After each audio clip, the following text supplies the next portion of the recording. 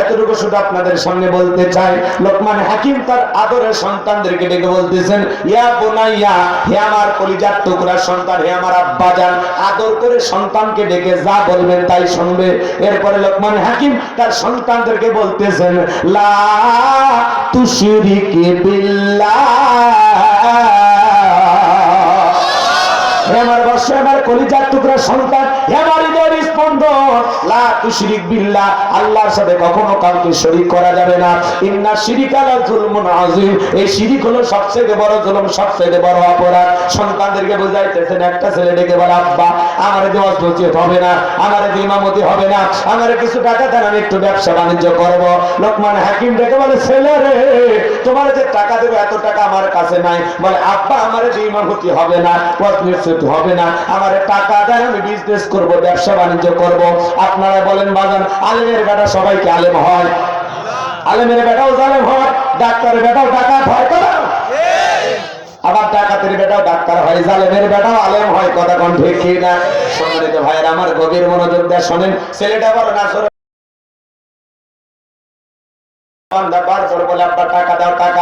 লোকমান হাকিম ডেকে বলে, ছেলে রে, আমি আমার এক বন্ধুর কাছ থেকে টাকা পাই, সেই বন্ধু একটা দ্বীপে বসবাস করি, ওই দ্বীপ পর্যন্ত আজকে বহু মানুষকে পাঠাইছিলাম, কোনো মানুষ তো আসে নাই, তোমারে পাঠাইতে বড় ভয় করে। সন্তান হয়ে তুমি যদি বিপদে পড়ো, আমি বাবা কার কাছে দুঃখের কথা বলবো? ছেলে বড় নাসর বান্দা, কোনো কথাই শোনে না। বাবার কাছ থেকে বলতেছে, আব্বা আপনি শুধু ঠিকানা বলে দেন, আমি যত কষ্টই হোক ওই দ্বীপ পর্যন্ত পৌঁছে যাব। লোকমান হাকিম এইবার দেখে বলে, শোনো, বাড়ি থেকে যখন বের হয়ে যাইবা, 2 রাকাত সালাতুল হাজতের নামাজ আদায় করবা। এরপরে সন্তান মনে রাখবা, বিপদের পরে আর আগে 2 রাকাত করে সালাতুল হাজতের নামাজ আদায় করবা। এইবারে লোকমান হাকিমের সন্তান 2 রাকাত সালাতুল হাজতের নামাজ আদায় করে রওনা করলেন। পথ চলতে চলতে চলতে চলতে বাবা বলে দিয়েছে, শোনো, মরুভূমির বিশাল পথ পাড়ি দেওয়ার পরে দেখবা একটা জঙ্গল দেখা যায়, জঙ্গলের ভিতরে দেখবা ঝর্ণার পানি পড়তেছে, সেখান থেকে প্রয়োজন মোতাবেক পানি পান করবা। খবরদার, সেখান থেকে পানি নেওয়ার পরে পেছন দিকে তাকায় দেখবা জঙ্গল কানাই, খবরদার ভয় পাইবা না। এইবার সন্তান পানি পান করলেন, প্রয়োজন মোতাবেক পানি নিলেন। পথ চলতে চলতে পিছনে তাকায় দেখার জঙ্গলটা দেখা যায় না, বিশাল মরুভূমির পথ পানি দিতে চলতে চলতে দেখেন বিশাল একটা বড় বৃক্ষ। বাবা বলেছে, গাছের ছায়াশ্রয় নিলে বিপদ হতে পারে। গাছের উপর একটা মুরব্বী বসে আছে, ডেকে বলে, বাবা এই দিকে আসো। বলে, না যাওয়া যাবে না। বাবা বলেছে, আশ্রয় নিলে বিপদ হবে। বলে, কোনো সমস্যা নাই। তোমার বাবা কি বলে নাই, চলতি পথে একটা মুরব্বীর সাথে দেখা হবে, মুরব্বী যা বলবে তুমি তাই শোনা। বলে, হ্যাঁ বলেছে। বলে, ভয় পাওয়ার কোনো কারণ নাই, তাহলে তুমি চলে আসো। এইবার লোকমান হাকিমের সন্তান চলে গেল। বড় বৃক্ষের ছায়াশ্রয় নেওয়া মাত্রই ক্লান্ত শরীর মুহূর্তের মধ্যে ঘুম চলে আসলো। গাছের গোড়া থেকে বিষাক্ত সাপ বের হয়ে লোকমান হাকিমের সন্তানটাকে সবল মারলো। মুরব্বী তাকায় দেখে সত্যি তো ছেলেটার বিপদ হয়ে গেল। এইবার সাপটাকে ধরলেন, সন্তানটাকে বিপদ মুক্ত করলেন। দারুণ অস্ত্র দিয়া মাঝখান দিয়ে একটা টুকরো করে পিছনের অংশ ফেলায় দিলেন, আর মাথার অংশটা লোকমান হাকিমের সন্তানের ব্যাগের ভিতরে রাইখা দিলেন। এইবার যখন ঘুম থেকে জাগ্রত হয়েছে, দেখে বলে, বাবা রে, সত্যি তোমার বড় বিপদ হয়েছিল, বিষাক্ত সাপ তোমার সবল মেরেছিল, আমি বিষমুক্ত করেছি। এইবার লোকমান হাকিমের সন্তান 2 রাকাত সালাতুল হাজতের নামাজ আদায় করে বলে, মুরব্বী ওই জনবসতি এলাকায় গিয়ে বাবার পরিচয় দিলেই তারা আমাকে সেই দ্বীপের রাস্তাটা দেখিয়ে দিবে। মুরব্বী ডেকে বলে, বাবা আমি যদি তোমার সফরের সঙ্গী হই, তোমার কি কোনো আপত্তি আছে? বলে, না, আপত্তি নাই। এই কথা বলে মুরব্বীকে সঙ্গে নিয়ে ওই জনবসতি এলাকায় যখনই যা বলেছেন, আমি লোকমান হাকিমের সন্তান, সবাই আদর মোহাব্বত ভালোবাসা দেখাইতে লাগলেন। আপনারা বলেন, বাংলাদেশের সবচেয়ে বড় বক্তা আল্লামা সাইদি হুজুরের সন্তান যদি আপনাদের এলাকায় এসে বলে, আমি সাইদি হুজুরের সন্তান, আপনারা কি ভালোবাসা দেবেন না? মোহাব্বত করবেন, ভালোবাসা দেবেন, খাইতে দেবেন, ঘুমাইতে জায়গা দেবেন, কথা বলেন। ডক্টর মিজানুর রহমান আজারি ভাইয়ের ছেলে যদি আপনাদের এলাকা আসে, ভালোবাসা দেবেন না? পারলে ছেলেকে বলবেন, বাবা তুমি থাকো, তোমার বাবাকে একদিন ফোন দাও, তোমার বাবা শুদ্ধ ওই মিষ্টি যা লাগে সব দেবো, পীরগাছা বাজারে যেন 1 ঘন্টা ওয়াজ করে থাক। কথা কয় না, কথা কয় না। বাবার কারণে সন্তানটাকে মহব্বত করবেন। আল্লামা মামুনুল হক তার সন্তান যদি আপনাদের এলাকায় অবশ্যই ভালোবাসা দেবেন। এইভাবে যদি হিসাব করেন বাজান, সর্বনের পীর বলেন আর বড় বড় হুজুর আলেম ওলামা যারাই বলেন, তারাই যদি আপনাদের এলাকায় আসে, হাফিজুর রহমান কুয়াকাটা তার ছেলে আসলে আপনারা ভালোবাসা দেবেন, কথা বলেন ঠিক কিনা? সন্তানকে মহব্বত করার কারণ হলো তার বাবাকে আপনারা আগে থেকেই চেনেন, বাবাকে মহব্বত করেন, সেই সূত্রে সন্তানটাকে একটু ভালোবাসা দিলেন, রাগ করেন? ময়দানে আলোচনা শুরু হয়ে গেছে চট্টগ্রামে। সমস্ত শ্রোতারা কাঁদে আর বলে, হারে আজকে আলোচনা শুরু হয়ে গেল, কিন্তু কোরআনের পাখি আল্লামা সাঈদী হুজুর না। 5 দিন ব্যাপী ঐতিহাসিক চট্টগ্রামের সেই ময়দানে কোরআনের তাফসীর শুরু হয়ে গেছে। গতকালকে আব্দুল আলামিন ভাই কথা বলেছেন, আজকেও কামরুল ইসলাম সাঈদ আনসারী কথা বলবেন, এইভাবে উলামায়ে কেরাম কথা বলবেন। আমার ভাইয়েরা শেষের দিনে কথা বলবেন ডক্টর মিজানুর রহমান আনসারী ভাই। চিন্তা করেন বাজার, কোরআনের পাখি একাই 5 দিন আলোচনা করত। আজকে সেই কোরআনের পাখিকে আমরা হারিয়েছি, তার শূন্যতা কোনোদিন পূর্ণতা পাবে না। আর রেখে যাওয়া ময়দানে আওয়াজ চালু হয়েছে, আলোচনা চালু হয়েছে, কিন্তু কোরআনের পাখির সেই সুর আমরা আর খুঁজে পাচ্ছি না। গতকালকে আব্দুল আলামিন ভাই কথা বলেছেন, অনেক শ্রোতা কান্না করেছেন আর বলেছেন মাঝে মাঝে মনে হয়েছে আল্লামা সাঈদীর কণ্ঠ মনে হয় ভেসে আসতেছে, জোরে কোন মারহাবা। বলতেছে আব্দুল আলামিন হুজুরের কথা শুনতেছে আর মাঝে মাঝে মনে হয় যে এটাই মনে হয় আল্লামা সাঈদী হুজুর কথা বলতেছে। আল্লাহু আকবার বলে। এই চট্টগ্রামের ময়দানে ঐতিহাসিক ঘটনা ঘটবে ইনশাআল্লাহ, আমরা অপেক্ষায় আছি। ওলামায়ে কেরামদের কথাগুলো শুনতে যে গণজোয়ার সৃষ্টি হয়েছে, এই গণজোয়ার প্রমাণ করে আগামীর বাংলাদেশ ইসলামের বাংলাদেশ, আগামীর বাংলাদেশ কোরআনের বাংলাদেশ করে বলে ভিকিরা। এই জমিনে কোরআনের আইন প্রতিষ্ঠিত হবে হবে। কারা কারা চান দুই হাত তুলে দেখা, লিল্লাহি তাকবীর। জমিন যার আইন চলবে তার কথা বলে ঠিক কিনা? আলা লাহুল খালকু ওয়াল আমর, সৃষ্টি যার আইন চলবে সে আল্লাহর, কথা বলে ঠিক কিনা? 53 বছরে অনেক শাসন ব্যবস্থা দেখেছি।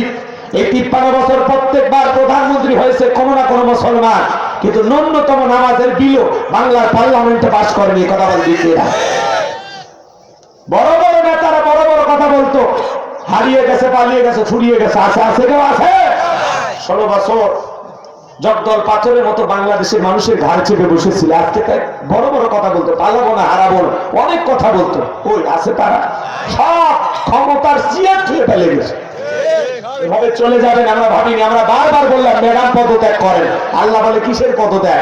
এরা যে অন্যায় অপরাধ করেছে শুধু পদত্যাগ না, আমি আল্লাহ এদেরকে দেশ ত্যাগ করতে বাধ্য করবো, কথা বলে ঠিক কিনা?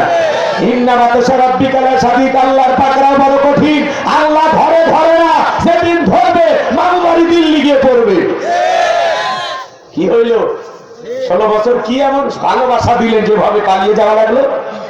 প্রধানমন্ত্রী থেকে শুরু করে এমপি মন্ত্রী, আমলা কামলা, নায়ক গায়ক, শিক্ষক বলেন আর ওই সগীদার দাবাদার, ইউনিয়ন পর্যায়ের নেতা কর্মী, এমনকি মসজিদের হুজুরও পালিয়ে গেছে।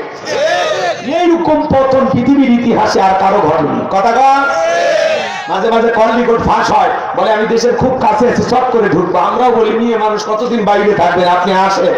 এই দেশ আপনার বাবার, এই দেশ আপনার স্বামীর, আপনি আসেন। তো যাওয়ার সময় বলা লাগেনি, আসার সময় বলা লাগবে কেন? আপনি যেই দিকটা মন চাই ঢোকেন, কথা না? বহু আইবা তুমি আইবা গো, সেই দিন আইসা বুবু ক্ষমতা পাইবা না। বহু আইবা তুমি আইবা গো, সেই দিন আইসা বুবু ক্ষমতা পাইবা না। খোঁজ নাই বহু কাদের কাকার, অবস্থা খারাপ করবে যে বাবার, তাও নাঙ্কেল এখন সামনে আসে না।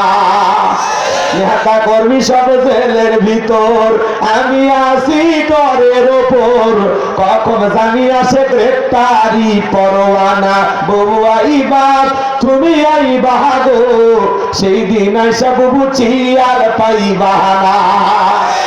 ক্ষমতার চেয়ার থেকে নামা সংস্কৃত চেয়ারে ওঠা কঠিন, কথা বলে ঠিক কিনা? আগামীতে আমরা সিদ্ধান্ত নেব, আর যাই হোক কোন নারীকে দেশের প্রধানমন্ত্রী বানাবো না। আগামীতে সেই দলেরই হোক পুরুষ প্রধানমন্ত্রী চাই, কারা কারা হাত তুলে দেন। হ্যাঁ, নারীদের দেখার দিন শেষ, আগামীতে পুরুষের বাংলাদেশ, কথা বলে ঠিক কিনা?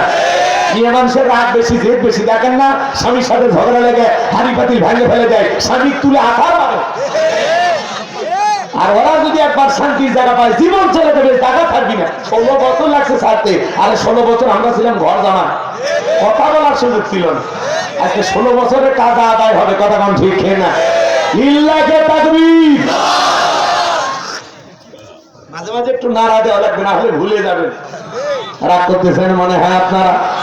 যুবক যারা আছে বাবা নিরাশ হয় না, তোমাদের জন্য স্পেশাল আলোচনা মাথার মেমোরিতে সেট করা আছে, সময় মতো ডাউনলোড দিয়ে শোনায় দেব। মা বোন যারা বসে আছেন অপেক্ষা করেন, আপনাদের জন্য আলোচনা হবে, কথা বলেন ঠিক কিনা?